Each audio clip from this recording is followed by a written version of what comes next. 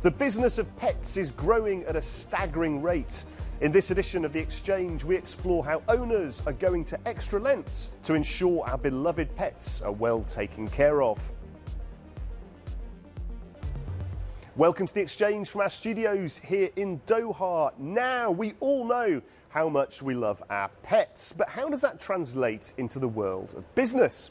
Well, consumers across the planet are spending fortunes trying to ensure that our loved companions are happy and healthy. According to a recent report by Bloomberg Intelligence, the global pets market is worth $320 billion.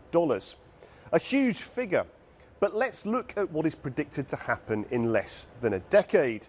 Demand for all things pet-related is set to accelerate, with increasingly bigger numbers forecast for the near future.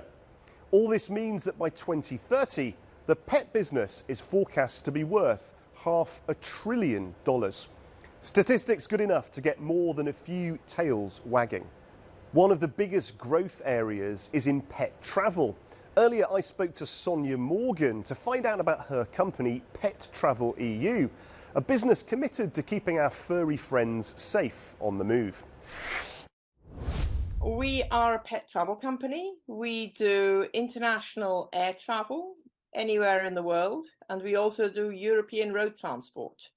We specialize in individual road transport, which is slightly different from other people. We're not pet couriers where we put a load of animals in the van. We travel them individually. So we just travel one family's pets from A to B by road. I would never send an animal on a route that I would not send my own animals on. I think that is the most important. There are some airlines we're very fond of using and some we are not so fond of using. What is very important is that your dog or cat is used to its travel box, because it is, after all, a unusual situation for a dog or a cat.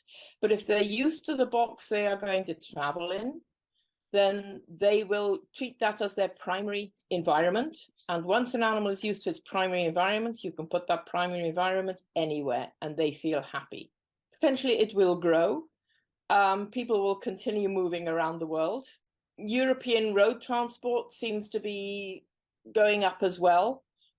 People are more and more concerned about their pets, that everything is correct for them. And that is the nice part of our job, is that we can help people do it correctly. Interesting stuff there, showing just how businesses can help move our pets across the world. But what about companies that look after our pets while we're at work? Well, we sent our reporter Jack Parrock to find out just how they operate.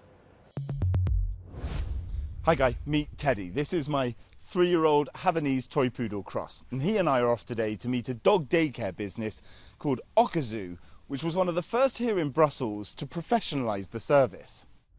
Okazu vans like this one head out every morning to pick up 100 dogs like Jamie per day. Dog owners pay €435 monthly for 5 1.5-hour walks a week. This business was started in 2010 by Karina Koch, who saw a gap in the Belgian market. 13 years before, there was no really professional service. We wanted to give indeed professional contracts. The first customers were foreign people. For them it was usual to have this kind of service. In Belgium, not really.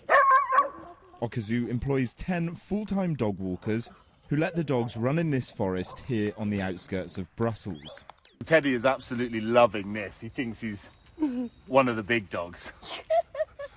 Pet ownership has been increasing dramatically here in Belgium, 12% in the past 2 years alone. Nearly 1 in 3 Belgian households now has a dog. Karina says she's constantly having to put dogs on her waiting list. We need staff, we need to train staff, and so we could grow very fast, but here in this kind of business we need to take the time to grow. Okazu's success reflects a global trend of pet-powered economic growth. Dogs like Jamie might be adorable, but they're also worth a lot of cash for businesses like this. Jack Parrock there, and our special reporter Teddy, showing us just how companies are taking advantage of this surge in demand. Well, as people are becoming more health conscious, we're also doing the same for our pets. I caught up with one of Europe's leading figures in pet food and supplies. He told me just how valuable this part of the market is becoming. One of the key things we will continue to see is the increase of calorific coverage in the markets where pet owners are still converting from home prepared pet food to more commercial pet food. So we see that a lot in Central and Eastern Europe. So that will continue to be a key growth driver for the category, to having both lower carbon products as well as more recyclable packaging. So those are things that we think will certainly be of more consumer interest. And finally, we believe consumers will be interested in paying more for better products, particularly as it relates to better science. And so we're putting a lot of energy on our own part into creating more specific nutrition solutions, specifically catering to nutritional needs of pets. Now it's time for our regular feature, Business in 60 Seconds. Start the clock. Apple will be announcing the results for the first quarter of the year this month. Stock for the company was high throughout 2023 with the launch of the iPhone 15, which sold out in nearly every corner of the globe. Bosses will be hoping this translates to good news for shareholders. And McDonald's will be announcing their quarterly results this month, with the fast food franchise going from strength to strength. In 2023, the company will be hoping to continue this good performance with a strong start to 2024. Shareholders will be hoping financial success stays on the menu. And 2023 was a busy year for Elon Musk, and he'll be hoping that Tesla continues its strong performance in the first quarter of 2024.